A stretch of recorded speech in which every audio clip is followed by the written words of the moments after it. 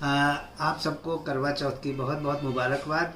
करवा चौथ एक ऐसा त्यौहार है जो पतिव्रता पत्नियां, जो सुहागिन महिलाएं हैं, वो अपने पति की दीर्घायु और अच्छे स्वास्थ्य की कामना के लिए व्रत रखती हैं।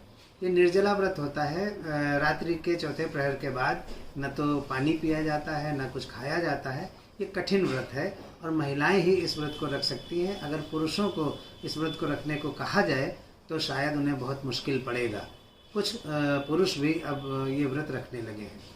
ये बहुत पौराणिक हमारा त्यौहार है, पर्व है, और इसमें कुछ कहानियाँ भी प्रचलित हैं। मैं उसकी एक कहानी आपको सुनाता हूँ करवा चौथ की।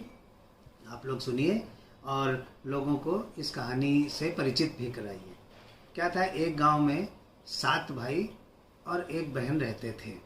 वो बहन जो थी अपने सातों भाइयों की बहुत दुलारी थी। सातों भाई उसका बहुत ख्याल रखते थे। सातों भाइयों के विवाह हो चुके थे, उनकी पत्नियां थीं, यानी कि उस लड़की की बहन थी। उसको सताना कहते थे, सताना बहनी उसका नाम था। 7 भाइयों की एक बहन सताना। तो सारी भाभियां भी उसका ख्याल रखती थी, भाई भी उसका ख्याल रखते थे। करवा चौथ का व्रत पड़ा और उसकी सताना की भी शादी हो चुकी थी, लेकिन वो मायके में थी उस दिन, उस करवा चौथ पर। तो वो व्रत रखे हुए थी, सवेरे से भाभियां भी व्रत रखे हुए थी, वो भी व्रत रखे हुए थी, लेकिन वो उसको प्यास लग रही थी, वो परेशान हो रही थी। तो जो उसके भाई थे उनसे अपनी प्यारी बहन का दुख नहीं देखा गया। उससे कहा कि खा लो। तो बोली नहीं, हम जब तक चंद्रमा नहीं देख लेंगे तब तक हम पानी नहीं पी सकते हैं। तो उन भाइयों को बहुत उस पर प्यार आ रहा था और वो उसको भूखा नहीं देख पा रहे थे।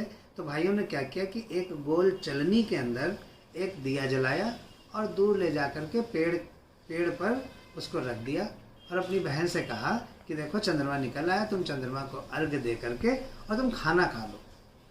सताना ने उसको देखा तो बड़ी खुश हुई कि चंद्रमा निकल आया है। उसने अपनी भाभियों से भी कहा कि भाभी तुम लोग भी अर्घ्य दे करके खाना खा लो, लेकिन भाभियों ने उसकी बात नहीं मानी और अर्घ्य नहीं दिया। सताना ने अर्घ्य दिया और खाना शुरू किया। जैसे पहला कौर खाया तो उसको छींक आ गई, उसका पूरा खाना जो है मुंह से निकल कर गिर गया।